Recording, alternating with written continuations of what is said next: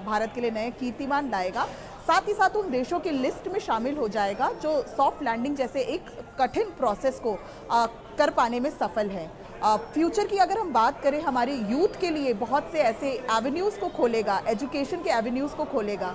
आज जो भारत में बच्चे सपना देखते हैं स्पेस साइंस टेक्नोलॉजी को पढ़ने के लिए, नासा या रशियन स्पेस एजेंसी में जाने जैसे सपने देखते हैं, वो अब अपने देश के भारतीय अनुसंधान इसरो को ज्वाइन करने के सपने देखेंगे। तो ये ऐसे बहुत से एम्बिशियस प्रोजेक्ट हैं और जिस तरीके के आंकड़े चंद्रयान 3 भारत के लिए लेके आएगा, उसकी सतह की मैपिंग, मतलब चंद्रमा की सतह किस तरीके की है, मिनरलॉजी कैसी है, वायुमंडल कैसा है, इन आंकड़ों का जो इस्तेमाल है वो आगे आने वाले फ्यूचर मिशंस में प्रयोग में लाया जाएगा। प्रेरणा जी, एक चीज़ और मैं आपसे समझना चाहूँगा। ये कहा जा रहा है कि देखिए चांद पर बहुत ज़्यादा खनिज है, मिशन 3 हमारा सफल होगा तो वो जो खनिज है उसका इस्तेमाल भारत कर सकेगा, एक तरीके से भारत का उस पर कब्जा होगा, दावा होगा। क्या ये भी एक उद्देश्य है मिशन 3 का?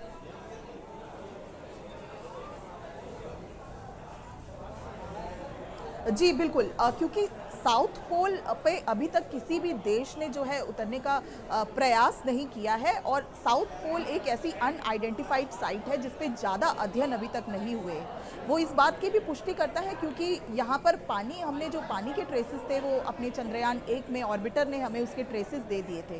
क्योंकि साउथ पोल पर जो है सूर्य का प्रकाश नहीं पहुँच पाता, तो यहाँ पर जो पानी है वो सॉलिड फॉर्म में यानी बर्फ़ के फॉर्म में है। साथ ही साथ ऐसे कई खनिज गैस उपलब्ध है, हीलियम जैसी गैस जिसका एनर्जी में हम इस्तेमाल कर सकते हैं। जैसी हमारी बहुत से ऐसे खनिज और मिनरल्स हैं जो आगे आने वाले समय में हमें हमारे स्पेस मिशंस में, साथ ही साथ अगर हम वहाँ पर इंसानी बस्ती को बसाने का सपना देखते हैं, उन सभी प्रोजेक्ट्स में बहुत ही हेल्पफुल रहेगा। प्रेरणा, मैं चाहती हूँ एक चीज़ आप और बताएं, ये जो इसका लैंडिंग प्रोसेस है, क्योंकि अब जितने भी पैरामीटर्स थे वो सब उन पर हम खरे उतरे हैं। मैं चाहती हूँ उस स्टेजेस को, उन फेजेस को आप बताएं। अगर मैं गलत नहीं हूँ, कोई कह रहा है कि 3 फेजेस हैं, कोई कह रहा है 8 है, तो आप ये बताइए लैंडिंग के कितने फेजेस बनाए गए हैं?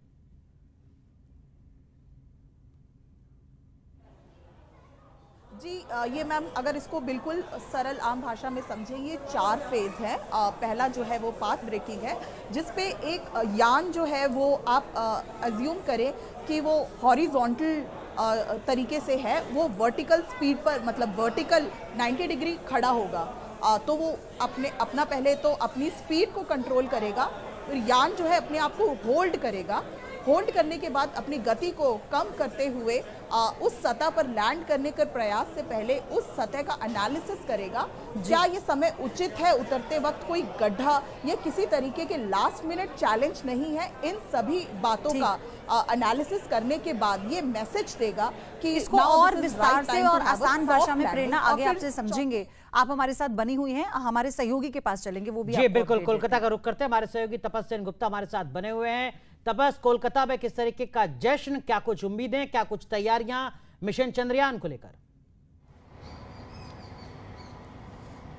जी देखिए, हम इस समय साइंस सिटी ऑडिटोरियम के बाहर मौजूद है और अंदर सॉफ्ट लॉन्चिंग किस तरह किया जाता है वो बच्चों को दिखाया जा रहा है और काफ़ी उत्साहित है बच्चे। कुछ बच्चे हमारे साथ बाहर ज़रूर आए, लेकिन जो इंस्ट्रक्टर है जो बच्चों को तकरीबन 1.5-2 घंटे से समझा रहे थे कि चंद्रयान 3 जो है किस तरह से लॉन्च हुआ था, वहाँ पर लैंडिंग कैसे होगा, उसके बाद थ्योरेटिकल क्लास के बाद अभी उन्हें प्रैक्टिकल दिखाया जा रहा है अंदर में।